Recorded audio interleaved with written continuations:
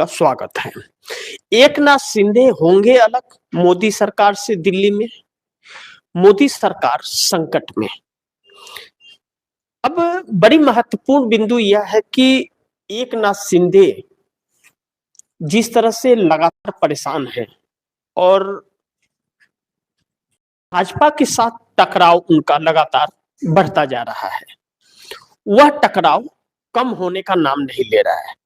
और जब कम होने का नाम नहीं ले रहा है तो परिस्थितियां इस हद तक पहुंच गई कि या तो टूटकर बिखर जाएगी एकनाथ शिंदे की शिवसेना, और या तो विकल्प के तौर पर एकनाथ शिंदे के पास यह है कि वह घर वापसी कर ले, जो चर्चाएं लगातार होती रही हैं। लेकिन अब यह कहा जा रहा है कि एकनाथ शिंदे महाराष्ट्र में उद्धव ठाकरे, शरद पवार और कांग्रेस के साथ मिलते हुए नजर आ रहे हैं।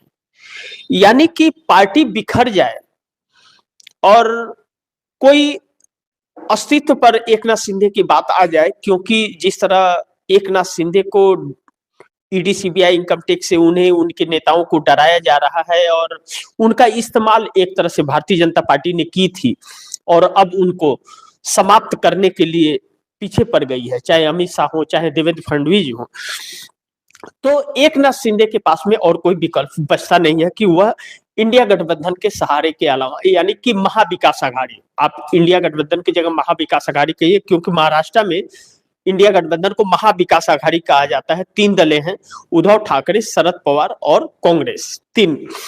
अब इसके साथ एकनाथ शिंदे अपने आप को मतलब सेफ रख सकते हैं कि अगर साथ में मिलते हैं तो वह भी इनकी लड़ाई लड़ेंगे। लेकिन कहा यह जा रहा है कि एकनाथ शिंदे अगर उद्धव ठाकरे के पास घर वापसी करते हैं तो उन्हें ज्यादा बल मिलेगा और सम्मान मिलेगा। हाँ, गलती तो उन्होंने की है कि उद्धव ठाकरे को तोड़ करके आए थे और भाजपा का मकसद पूरा होने के बाद उनको अब तोड़ना चाहती है, तो टूटने से अच्छा कि वह उद्धव ठाकरे के साथ असली शिवसेना एकजुट हो जाए और एकजुट होकर के उद्धव ठाकरे की विरासत को वापस कर दे और उसमें अपना पद बने रहे, तो उन्हें सम्मान भी मिलेगा और एकजुटता से लड़ाई हो सकेगी भारतीय जनता पार्टी के पास साथ। अन्यथा एनडीए गठबंधन से अगर मोदी सरकार से अलग होते हैं तो अगर गठबंधन में नहीं मिलते या उद्धव के पास नहीं जाते तो वह ज्यादा दिन टिक नहीं पाएंगे फिर महाराष्ट्र की राजनीति में।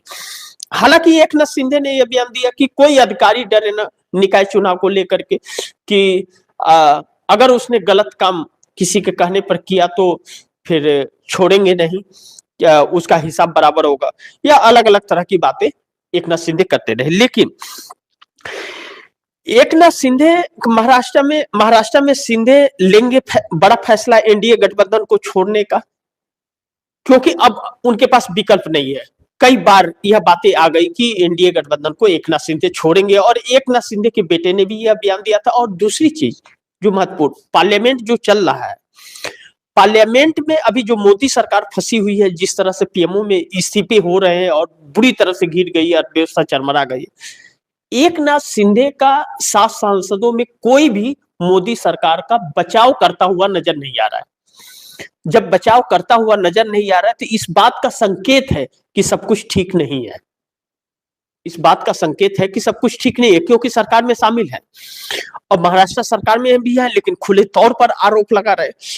अब शरद पवार से जो नजदीकियां एकनाथ शिंदे की बनी, तो कहा यह जा रहा है कि शरद पवार से नजदीकियां एकनाथ शिंदे को इस बात को लेकर के बनी कि वह उद्धव ठाकरे को कन्विंस करें कि एकनाथ शिंदे और वह मिल करके फिर एक साथ यह पार्टी सौंपने को है, लेकिन पार्टी में इनको दमदारी हो, जैसे पहले भी दमदारी एकनाथ शिंदे की थी। चूंकि उद्धव ठाकरे एकनाथ शिंदे को अपना दुश्मन समझते थे और हर कोई समझेगा जब पार्टी भाई आप छीन लोगे, हमारे पिता की पार्टी बनाई हुई विरासत है और आपने छीन लिया, तो गद्दार तो कहेंगे ही कहेंगे। अब ऐसे में महाराष्ट्र के अंदर एकनाथ शिंदे फैसला लेते हुए कुछ नजर आ रहे हैं। आने वाले वक्त में वह कभी भी फैसला यह ले सकते हैं।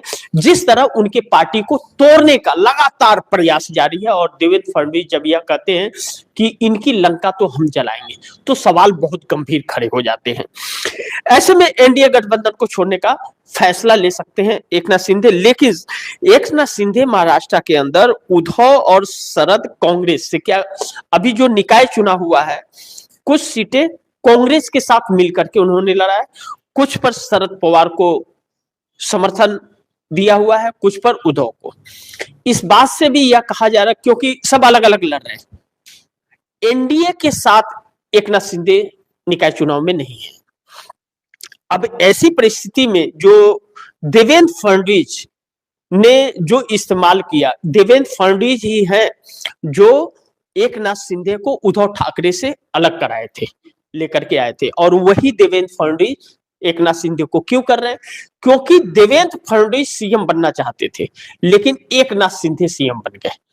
2.5 साल सीएम रहे, उसके बाद चुनाव हुआ, और अब जैसे ही एकनाथ शिंदे के चेहरे पर चुनाव हुआ और सत्ता में आए और फिर देवेंद्र फडणवीस बन गए, देवेंद्र फडणवीस को अमित शाह ने बना दिया, कहा कि एकनाथ शिंदे को कि आप अपने दिल पर पत्थर रख करके हमने आपको सीएम बनाया था, अब आप भी धर्म निभाओ, गठबंधन धर्म। वही देवेंद्र फडणवीस एकनाथ शिंदे की पार्टी को तोड़ रहे हैं, लगातार तोड़ने का प्रयास कर रहे हैं, तोड़ भी लिए, और उसके बाद कह रहे हैं गठबंधन धर्म निभाओ।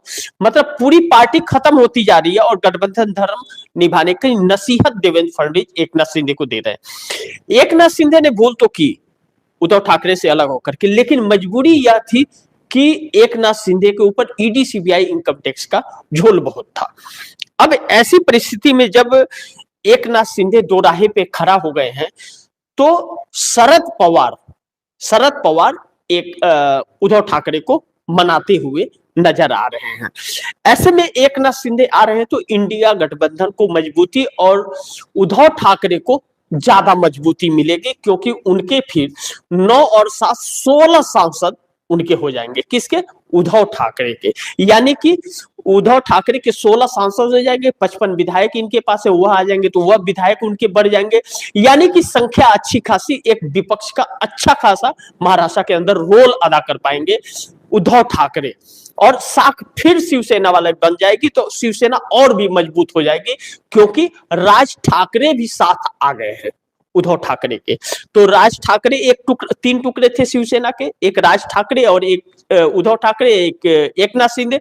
तो राज ठाकरे नजदीक आ गए हैं, और एकनाथ शिंदे अगर साथ आ गए तो तीनों टुकड़े की शिवसेना एक हो जाएगी, फिर और एक हो जाएगी तो फिर भारतीय जनता पार्टी के लिए मुश्किलें बढ़ जाएंगी महाराष्ट्र में, और शिवसेना की पावर बढ़ जाएगी, क्योंकि 9 सांसद पहले ही है और 7 सांसद आ जाएंगे तो 16 सांसद भी हो जाएंगे, और विपक्ष की संख्या भी अच्छी खासी हो जाएगी। तो मोदी सरकार को महाराष्ट्र में एक अच्छी खासी चुनौती देने के लिए महाविकास आघाड़ी खड़ा हो जाएगा। अब एकनाथ शिंदे के पास इसके अलावा और कोई रास्ता भी नहीं बचता है कि अगर ऐसा एकनाथ शिंदे ने नहीं किया तो एकनाथ शिंदे की पार्टी खत्म हो जाए। अब जिन नेताओं के ऊपर शिकंजा कसा जा रहा है, एक नेता के घर पर 100 पुलिस पहुंच गई छापा मारने के लिए। अब सोचिए, सत्ता में जो नेता है उसके घर भेजी है, भाजपा वाले के घर नहीं पहुंच रहा है। अजीत पवार उनके साथ है, उसके पास जिस अजीत पवार को प्रधानमंत्री कह रहे थे कि 70,000 करोड़ का घोटालेबाज है, इसको जेल में डालूंगा, और देवेंद्र फडणवीस कह रहे थे चक्की पीसिंग, इसको जेल में डाल करके चक्की पिसवाऊंगा। वह अजीत पवार वित्त मंत्रालय लेकर के डिप्टी सीएम बन करके बैठे हैं। हजारों करोड़ की प्रॉपर्टी उनकी ईडी ने जब्त की थी, वह उनको रिटर्न कर दिया गया, यानी कि तोहफे पे तोहफा। लेकिन जिसके वजह से सत्ता पे आए उसको नजरअंदाज कर रहे हैं। यानी कि भारतीय जनता पार्टी का मकसद साफ था कि एकनाथ शिंदे को भाजपा में विलय कराने का, और एकनाथ शिंदे ने जैसे भाजपा में विलय करने का विरोध कर दिया या कहा कि हम भाजपा में विलय नहीं करेंगे अपना, तब शिकंजा कसना चालू हो गया। अमित शाह के पास आए भी एकनाथ शिंदे बात करने के लिए, लेकिन अमित शाह ने भी मानने से इनकार कर दिया। अब ऐसे में बार बार यह जो बातें आ रही कि एकनाथ शिंदे के नेताओं को तोड़ा जा रहा है, और संजय राउत ने जब खुलासा कर दिया कि 30 विधायक एक साथ एकनाथ शिंदे के भाजपा तोड़ ले जाएगी, सांसद तोड़ ले जाएगी, तब एकनाथ शिंदे का कान खड़ा हो गया। अब उन्हें समझ नहीं आ रहा है कि क्या करें ना करें। तो ऐसे हालात में शरद पवार का सहारा लेना चाहते हैं और शरद पवार के सहारे वह उद्धव ठाकरे के साथ घर वापसी करने के लिए और मोदी सरकार को और इंडिया गठबंधन को मुंहतोड़ जवाब देने के प्रयास में जुट गए। अब देखना यह महत्वपूर्ण होगा कि एकनाथ शिंदे कितना सफल हो पाते हैं। इसमें सबसे पहली चीज यह है कितना सफल हो पाते हैं। अगर सफल हो गए तो मोदी सरकार इस वक्त जिस संकट में है, मोदी सरकार के लिए बहुत बड़ी मुसीबत महाराष्ट्र में कम और दिल्ली में ज्यादा हो जाएगी। लेकिन जैसे ही एकनाथ शिंदे उद्धव ठाकरे से शामिल हो जाएंगे, उनके मिलाव हो जाएगा, शरद पवार और अजित पवार भी अगर एक हो गए तो फिर भारतीय जनता पार्टी के लिए बड़ी मुसीबत महाराष्ट्र में खड़ी हो जाएगी। यह तो सच है कि अजित पवार के पास मात्र एक ही सांसद है, लेकिन 8 सांसद शरद पवार के पास है। अब एक सांसद से फर्क नहीं पड़ेगा, लेकिन 7 हो जाएगा, एक जाएगा तो 8 सांसदों का फर्क पड़ जाएगा नरेंद्र मोदी सरकार के लिए।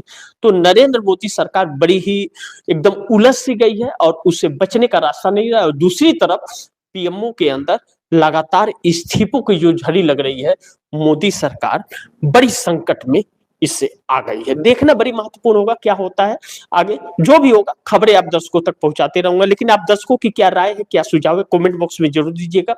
इस खबर को ज्यादा से ज्यादा शेयर कीजिएगा, अपने दोस्तों को भी कहिएगा आगे शेयर करें।